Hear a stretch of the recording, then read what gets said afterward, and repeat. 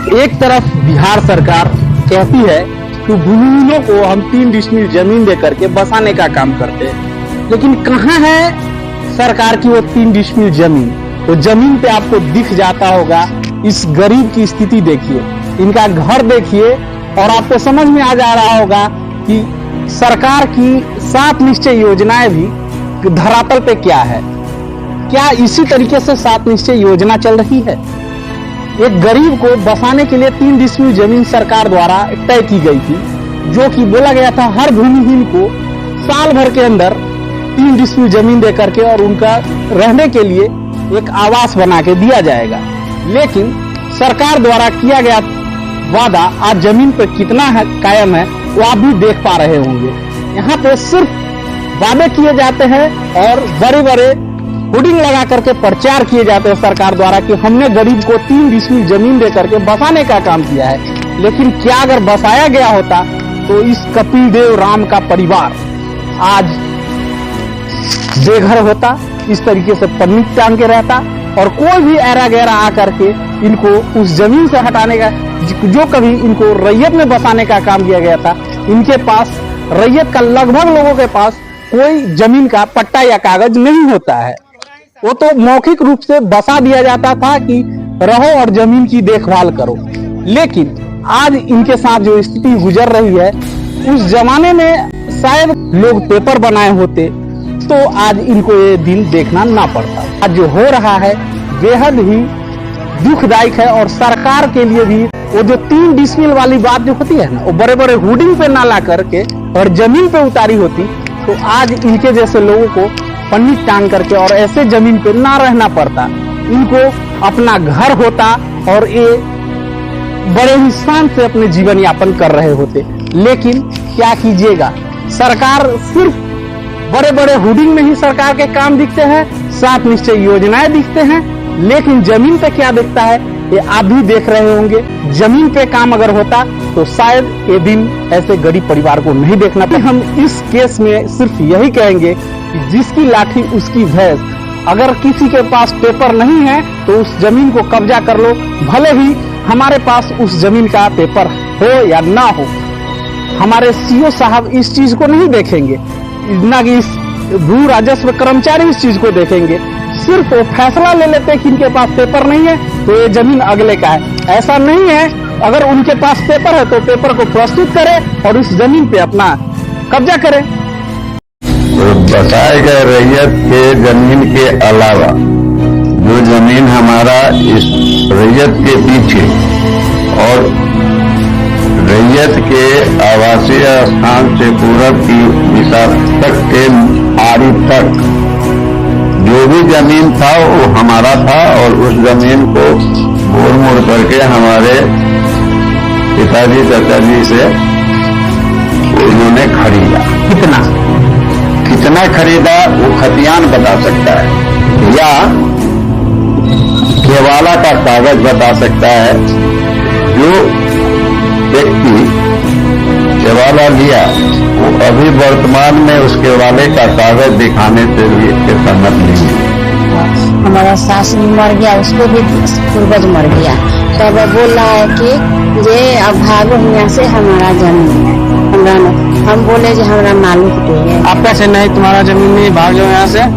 अब बनाने नहीं देता, जब बनाते हैं तो पुलिस लेके चला आता है। दिखाओ, फिर भी पेपर नहीं दिखा रहा है, कितना भी अधिक है फिर भी नहीं वो दिखा रहा है पेपर। जब जमीन के कागज नहीं है तो जमीन के कागज बोले निकालने के लिए, जब मेरे पास जमीन के कागज बोले तो हम इधर उधर भागते। नमस्कार, प्रणाम, आदाब, सत श्री अकाल, जय भीम, जोहार। और अभी हमारे साथ जो शख्स मौजूद है, मैं इनकी बात करूं, आज के जमाने में भी जो कहते हैं ईमानदारी, उसका एक जीता जागता परिचय हमारे साथ है। सर, सबसे पहले आप अपना परिचय दे दें। मेरा नाम प्रियरंजन प्रसाद सिंह हुआ। मेरे पिताजी का नाम स्वर्गीय अनंत प्रसाद सिंह है, जो बिजली कल्लापुर भी के निवासी हूँ। यही हमारा परिचय है। सर, आप इस वक्त अभी क्या कर रहे हैं? इस वक्त हम रिटायर्ड पर्सन और अपना एक छोटी सी दुकान है जिसमें सुबह शाम अपना समय गुजारते हैं। सर, आपके चेहरे की ललाहट बताती है कि आप बेहद ही निहायती शरीफ और ईमानदार व्यक्ति है। तो जो आपकी ईमानदारी का परिचय मैं सुना हूँ आशीर्वाद सर, जहां तक मैंने सुना है कि आपकी ईमानदारी का परिचय यहाँ पे आपका काम बोलता है। आपके पूर्वजों ने गरीबों को बसाने का काम किया, यही दिघी में ही, वो दिघी पश्चिमी में पड़ता है। अभी दिघी पश्चिमी में उसका नगर परिषद बनने के बाद वो दिघी पश्चिमी में चला गया। ऐसे पूरा ये पहले दिघी ही कहलाता था। हाँ, पूरा दिघी चला। तो दिघी पश्चिमी में इस वक्त वो भूभाग है जो आपके पूर्वजों ने दान किया था, और वहां पे कुछ लोग वहां आपके द्वारा, आपके पूर्वजों के द्वारा बसाए गए लोगों को वहां से हटाने की अभी जबरन कोशिश कर रहे हैं। और ऐसे वक्त में आप उनके साथ एक मजबूत स्तंभ बन के खड़े हुए हैं और उनके पीठ पे एक सहारा बन के खड़े हुए और बोल रहे हैं कि मैं नहीं हिलूंगा, मेरे पूर्वजों ने बसाया है, मैं इन्हें अब उजड़ने नहीं दूंगा। सर, ये आप एक सोच, जो इतनी बड़ी महान सोच के साथ, हमारे पूर्वजों, हमारे पिताजी, हमारे दादाजी ने जिन्हें बसा दिया है, और उनको अगर कोई उजाड़ रहा हो, और उन लोगों को आप बचाने की जो सोच लेकर के आगे बढ़ रहे हैं, सर मैं इसके लिए आपके नमन करता हूं, आपके इस सोच को कि आज के दिन में भी ऐसी महानता लोगों के अंदर है कि वैसे लोग कि हमारे पिताजी और दादाजी ने बसाया और हम इन्हें कैसे उजरने दो, और उनके लिए आप खड़ा हो गए। नहीं उजरने देंगे। सर, ये कब की कहानी है? कब आपके पिताजी ने इस तरीके का काम किया था, इतना बड़ा काम किया था? ये हमारे दादाजी किए या पिताजी किए, ये तो मुझे भी एहसास नहीं है। पिताजी से मुझे पता चला कि हमारे उस भूभाग पर, भूभाग के पश्चिम दिशा की ओर एक पगडंडी रास्ते के जस्ट बगल में पश्चिम दिशा में दक्षिण दिशा की ओर रुख का हमारे 3 रैयत बसाए, जिनका नाम था लखन राम, कामेश्वर राम, और तीसरे का नाम क्या था रे? दो रैयत बसाए थे, जो हमारे उस भूभाग और उसमें लगे बगीचे का देखभाल नहीं करते। ये हमारे पिताजी से हमें कब की बात होगी करीब? एक अनुमानित, ये जानकारी हमारे होश में, और ये लमसम 1962-63 से 51 का मेरा जन्म है। जब से मैं होश हुआ उस समय से हम उस बगीचे में जाकर उनके ससुर वगैरह जो थे उनके साथ नंगे हाथ पैंट में कभी नंगे करते थे। अच्छा, उसमें आप खेला भी करते थे? हाँ, जब आम लगता था तो कभी रखवाल रे तो यही लोग थे, लेकिन हम लोग ज्यादा थे, कभी आम तोड़ने, कभी आम तोड़ने, कभी तोड़वाने, ऐसे संदर्भ में। अच्छा, आपके पूर्वजों ने जब इन लोगों को बसाने का काम किया था, तो क्या वो पहले तो मौखिक होती थी, लोग मौखिक ही बोल देते थे कि जाओ अपना बसो रहो? अभी भी जो बसाए गए रैयत हैं, हमको लगता है कि 99% खतियानी रैयत नहीं है। 99% खतियानी रैयत नहीं होंगे।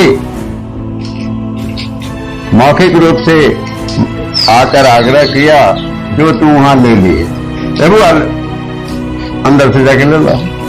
अच्छा सर, जहां बात कर रहे हैं कि खतिहानी नहीं है, ठीक है, इनके पास पेपर नहीं है, लेकिन जो लोग आज दावा कर रहे हैं कि वो जमीन मेरा है, तुम खाली करो, इन लोगों को हटाने का, जो गरीब जो उनको बसाया गया था, गलत है। अगर उनको हटाने की बात की जा रही है, तो क्या आपके परिवार से किन्हीं लोगों ने उनके नाम से रजिस्ट्री कर दिया है उस जमीन को? उस जमीन को जो इन बसाए गए रैयत के जमीन के अलावा जो जमीन हमारा इस रैयत के पीछे और रैयत के आवासीय स्थान से पूरब की दिशा तक के आरी तक जो भी जमीन था वो हमारा था, और उस जमीन को गोर मोड़ करके हमारे पिताजी दादाजी से उन्होंने खरीदा। कितना खरीदा वो खतियान बता सकता है, या केवाला का कागज बता सकता है। जो व्यक्ति केवाला लिया वो अभी वर्तमान में उस केवाले का कागज दिखाने से के सहमत नहीं है। उसको बार बार कहा जा रहा है कि डीड जो होता है वो नहीं दिखा रहे हैं। हाँ, जो केवाला रजिस्ट्री ऑफिस से केवाले का कागज बनता है, बेचने वाले उनका पूरा ब्यौरा, खरीदने वाले उनका पूरा ब्यौरा, जमीन का ब्यौरा, वो तो खतियान ही बता सकता है। और खतियान हम अभी तक देखे भी नहीं, क्योंकि देखिए हम फालतू चीजों में ज्यादा इंटरेस्ट नहीं रखते। बच्चे समझदार हैं, जब सब कुछ कर रहे हैं, और हमें कभी ऐसी सब चीजों की जरूरत पड़ी नहीं। इंटरनल पारिवारिक मौखिक बंटवारा जहाँ जहाँ जमीन है, 3 भाई थे, 3 भाई का मौखिक रूप से हमारे पिताजी तीनों भाई का भी बंटवारा अभी तक मौखिक ही है। हम लोगों के बीच बंटवारा है ही नहीं अभी तक। पिताजी के नाम तीनों भाई के ही मौखिक बंटवारे में हम सब प्रेम से रह रहे हैं। तो सर एक चीज और, जितनी आसानी से आपने इन लोगों के लिए जो इतनी बड़ी बात सोच रखी है कि वो जमीन जो इनका है, जिन्हें बसा दिया गया इन्हें, और अभी के डेट में जो होता है कि कोई भी रैयती जमीन का या तो दान में होता है या तो रजिस्ट्री होता है। अगर आपने दान भी किया तो एज ए गिफ्ट इस तरह का तो हमारे नॉलेज में नहीं है कि हमारे पूर्वज जो भी लोगों को बसा है वो लिखित रूप में है। वो लिखित रूप में नहीं था। लिखित रूप में हमारे समझ से और हमारे यादगार में ऐसा कुछ पिताजी वगैरह भी चर्चा नहीं किए थे। गोसाई मठ उसको बोलते हैं उस जगह।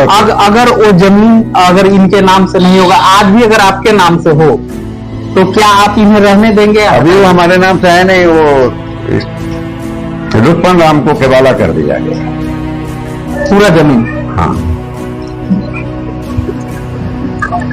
पूरा जमीन में ये रैयत जो बसे हुए उसके अलावे ही होगा, उसमें बसा हुआ रैयत तो इंक्लूड नहीं होगा।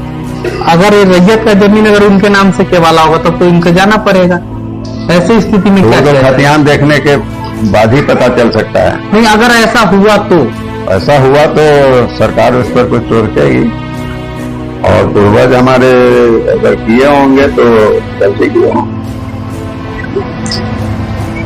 चलिए हम बात करेंगे उन लोगों से भी जिनको इनके पूर्वजों ने बसाया है और आज के दिन में उनकी क्या स्थिति है।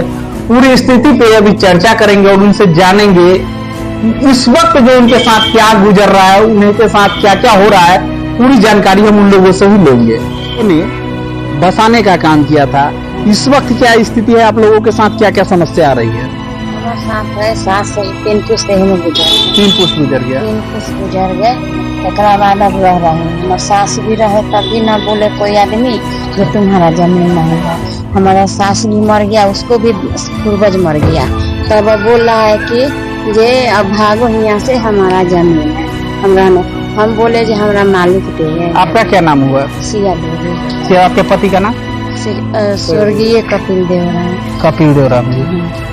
बोले कि जे नहीं, हम कहले हमारे मालिक। क्या वो बच्चा है आपका? 4 गो। हाँ। क्या गो लड़का है, क्या गो लड़की है? 4 लड़के हैं। 4 लड़के हैं। हाँ। 4 लड़का का शादी कर लिए है? नहीं, एगो कुमार है।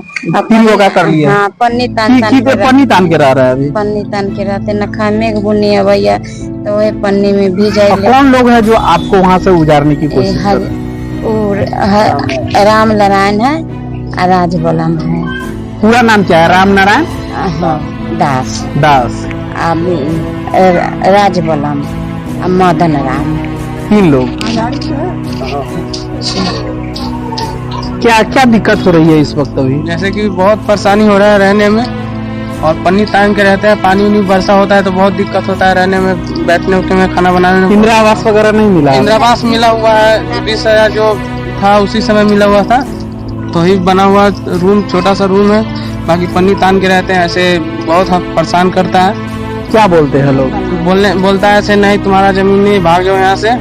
अब बनाने नहीं देता है, जब बनाते हैं तो पुलिस लेके चला आता है। फिर इधर है 112 को बुला लाता है, लगातार पुलिस को लेकर आ जाता है जी। उनके पास पेपर है जमीन का? नहीं, पेपर नहीं है, मांग रहे हैं पेपर दिखाओ, फिर भी पेपर नहीं दिखा रहा है। कितना भी अथी का है फिर भी नहीं वो दिखा रहा है पेपर। आप लोग इस मामला को लेकर के गए हैं कहीं, कोर्ट में गए हैं? जी आगे गए हैं। क्या बोले डीएम साहब के यहाँ? क्या बोले डीएम साहब? वो अभी अथी साइन करके दिए हैं, दरखास्त दिए हैं, तो वो साइन करके अथी करके दिए हैं। फिर यहाँ पे आए हैं सीओ के पास, सीओ से कर्मचारी के पास गया हुआ है। कर्मचारी ऐसे उस दिन आया, बोला क्या से सोमवार को आइएगा, तो सोमवार को ये लोग को फिर फोन किया, कैसे भी पता चल गया उसको। तो फिर वो फोन करके बोल रहा है क्या मैं 10 मिनट में आता हूँ। 10 मिनट के आने के बाद अगर वो बोल रहा है क्या मैं तुम्हारे पास कागज है, अगर सर मेरे पास कागज रहता तो हम किस लिए इधर उधर भटकते। हम तो हमारा कागज रहता तो हम वहीं पे। जो लोग रोक लगा रहे हैं उनके पास कागज है क्या? उसके पास नहीं, वो कागज होता तो वो दिखाता ना, उसके पास भी नहीं है कागज है। आप कौन हुए? मैं इनकी बड़ी बहू हूँ। मेरे पति के नाम कन्हैया राम है और मिस्त्री के काम करते हैं। और ये है कि जब मैं घर बनाने के लिए आए तो कह रहे कि जमीन इसका नहीं है, घर में 112 लिया से बार बार उठा के। अब बोलते हैं कि इसको मारो, पकड़ के ले चलो। 112 के समय मेरे सास बहू के डंडा भी उठाए हैं, मेरे देवर के भी धक्का दे दिए थे उसी टाइम। जब कुछ बोलते हैं तो कहते हैं दोनों के बैठा रहे थे गाड़ी में। बोलते हैं क्या ऐसे इसको जब जमीन के कागज नहीं है तो जमीन के कागज बोले निकालने के लिए। जब मेरे पास जमीन के कागज होते तो हम इधर उधर भागते। धूप में हम सास बहू धूप में भाग दौड़ करते, खाना पीना ये दूर के बाद और आते। जब कुछ होता तब पुलिस को बुलाते, जब कुछ भी करते हैं तब पुलिस को बुला लेते।